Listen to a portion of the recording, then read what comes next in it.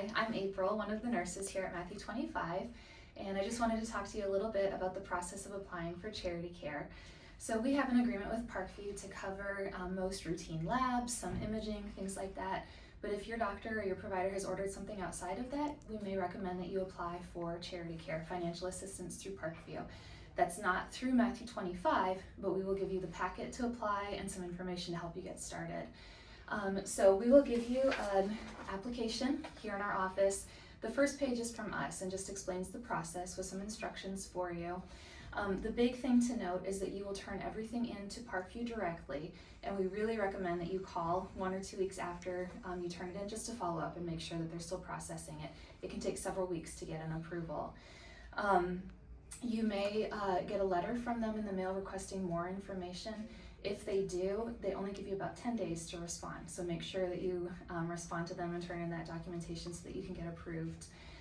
They may ask for documents that you don't have. If that's the case, you can call their office and see if there's a different document that they would accept instead so that you can keep moving through the process. One of the essential parts is applying for Medicaid.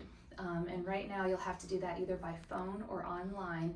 They have to have that piece in place in order to process your application. So what they're actually looking for is a rejection letter, a denial letter, and you'll get that by mail typically from the Medicaid office.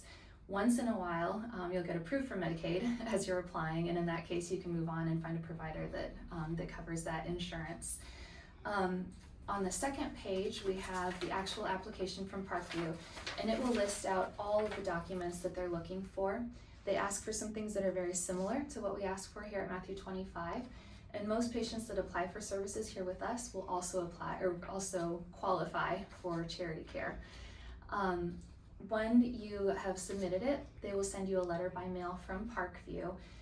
If you get that approval letter, make sure you bring it in to us because they don't necessarily notify us that you've been approved, and that way we know that we can go ahead and order whatever we were waiting on to do for you.